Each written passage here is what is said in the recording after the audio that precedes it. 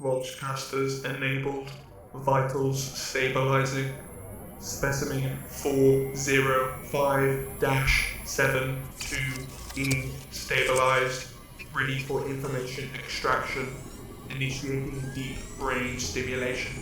Focus. Adeptus Astartes overview. Adeptus Astartes? What in God's name is that? You mean the Beaky Boys, don't ya? Why didn't you say that, you git? You increasing your socket words, I swear on dangerous levels and walk up from the lot of you We should just end this Xenos filth and be done with it. You sure it's stable, Magos? The Xenos specimen has had many of the machine god's glorious bionics implanted within its form to ensure pliability.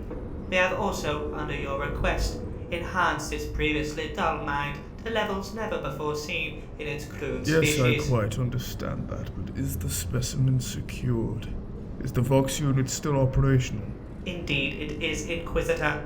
By retuning and modifying the primitive technology already attached to this Xenos' cranium, we have installed the Vox unit directly within its subsystems. This will allow the entire Imperium to hear the Orkoids speak both high and low Gothic. It is unfortunate we cannot fully replace the vocal cords and be rid of its base dialect. We have already lost many servitors in the process of doing this.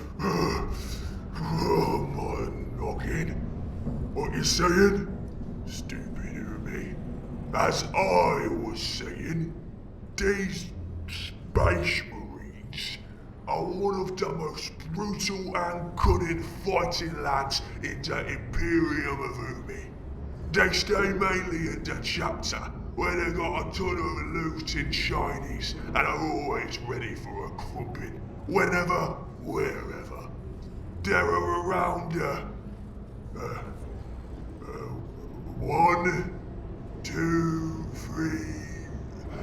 There's a lot of chapters, like 1,000, each comprising of 1,000 marines. Through selection, scrapping, conditioning, and a whole lot of crumping, marines are better than any other Umi boy. This is simply incredible. This has worked just as my calculations predicted. Praise to the Omnisire.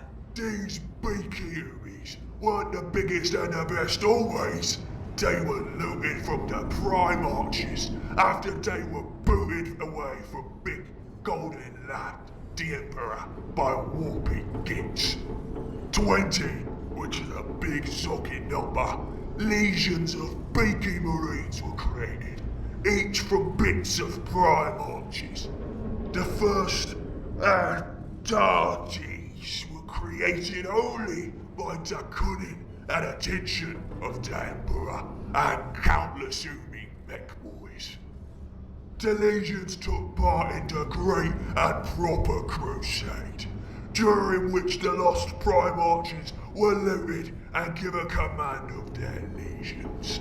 The crusade lasted for yonks, ending with the namby-pamby Prime Arch Orks' scrap with the other Umis. Orks led at least half of the legions, which by now he turned into proper spiky boys, in a rebellion known as the Orks Crumping against the Emperor. In the final war for control of the future of Umis, Orks was wrecked by the Emperor.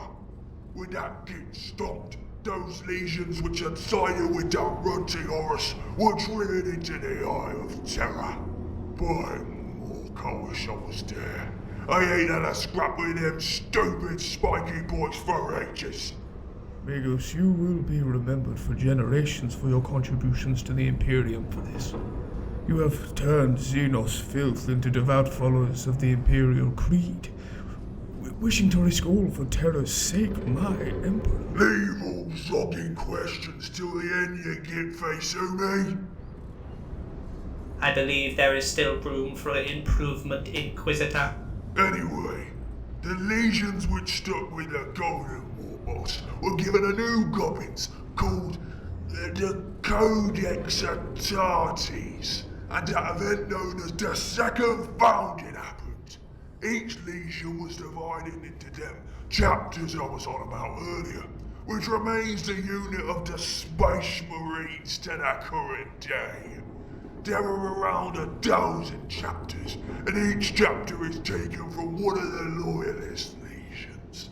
Later, in the closing days of the 41st millennium, the lucky git Roboter Gamion and his Met Boy researchers worked on the creation of a new snazzy Atates, known as the Primary-ish Space Marines. I ain't going into them boys today, so stop asking questions, you stupid runts. Some of them chapters maintain the proper traditions and bits of the legion they descend from. Some, though, adhere to the Codex Atates in different degrees. Some regarded any work away from it as stupid.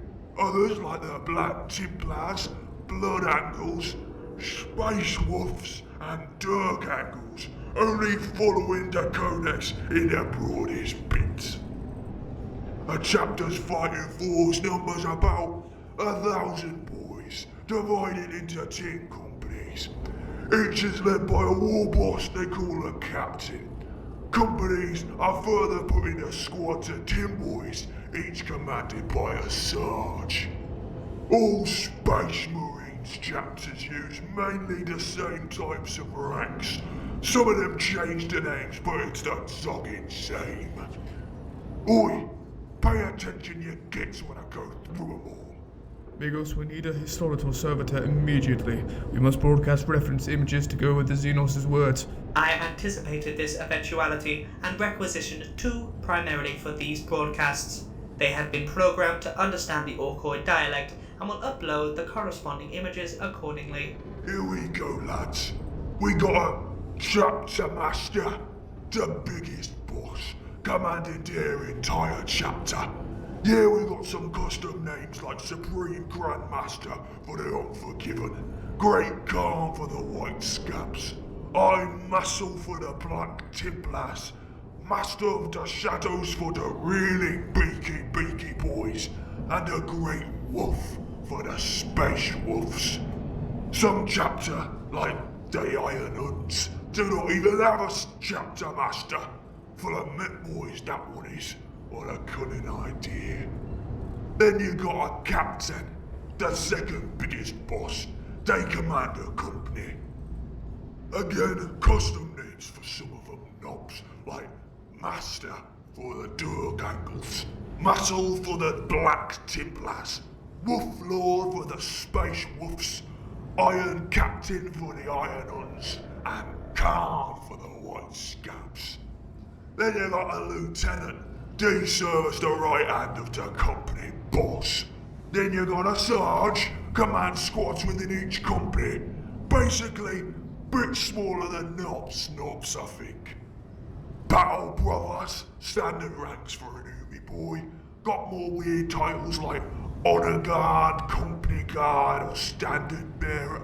Oh, it's like a war banner. See, that one makes sense. The others are just mucking about. You got Vanguard Space Marines? They're just zogging commandos. Oh, waiting to get stuck in with the boys, the blood axes. Then you got Neo-Forks, Space Marines in training who have not become fully expected boys. They like rots, it looks like. Don't know why you can't just call them food rations, but who knows? Finally, you got aspirants, who is yet to do anything to be part of the war. Zogging snotlings. There's also some weird special ones too, if you like. We got Liberian. These are just zogging weird boys messing doing warpy work. Quite a few different ones like Rune Priest for the Space Wolves and Storm Save for the White Scabs. Some chapters, such as the Black Templars, don't even use Liberians. You got Chapians as well, warrior priests of a chapter who oversee morale and spiritual purity. making sure all of them pickies give love to Gork and Mork. You also got them wolf priests of the space wolves and integrated chaplains of the unforgiven. You got an apothecary. Finally, we got some pain boys. I was wondering when we were going to get to these kits. These are probably the most similar to the Orks from the Umis. They don't just heal, they take out your special bits and give them to other Umis. That's what we did to Big Boss Gas. They do have others though, like Sanguinary priests of the Blood Angles and their kiddie chapters as well. Finally, you got techie Umis, techie officials and mechie boys of a chapter who maintain the new and shiny gubbins. If you need a custom job, get your sorry ass to these lot. They'll fix you right up. You got Iron Father as well for the Iron Huns, and Iron Priest for the Space Wolves. The normal Umi gubbins of the Space Marines is the bolt gun and its pistol bits, the bolt pistol. Oh, I remember yonks ago when I looted one of these from a big tin-head Umi. They were the days. Oh, they also got the power armor. Some members of the chapter's first company may instead have the heavier Terminator armor. Think knobs versus mega knobs. More bits for better crumping.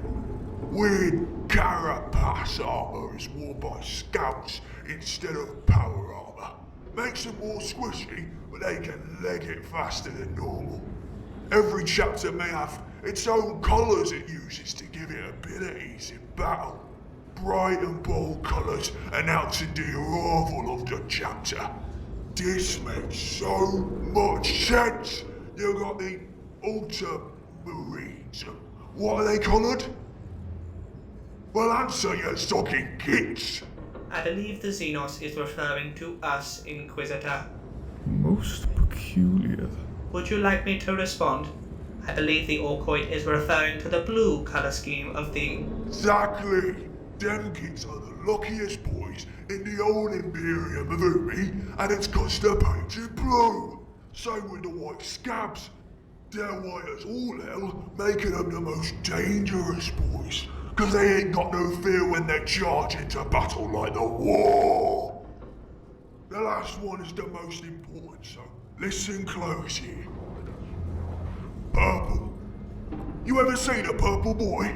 I despise to agree with the Xenos filth, but I can't recall any type of purple Astartes or otherwise. Exactly, they don't exist.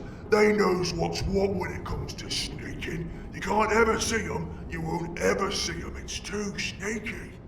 Looking through the archives of my cogitators, I have came across many Astartes chapters that have used the colour purple in their colour schemes.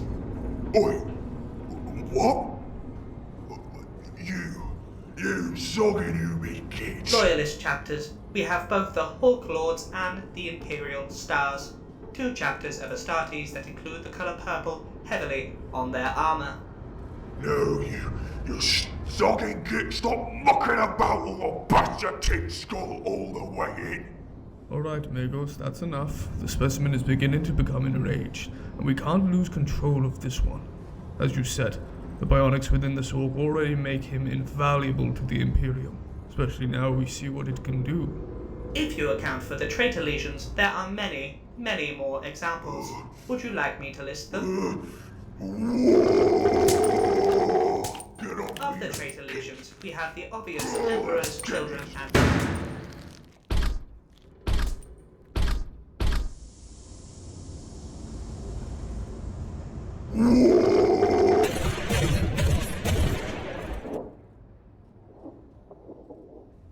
What is going on here?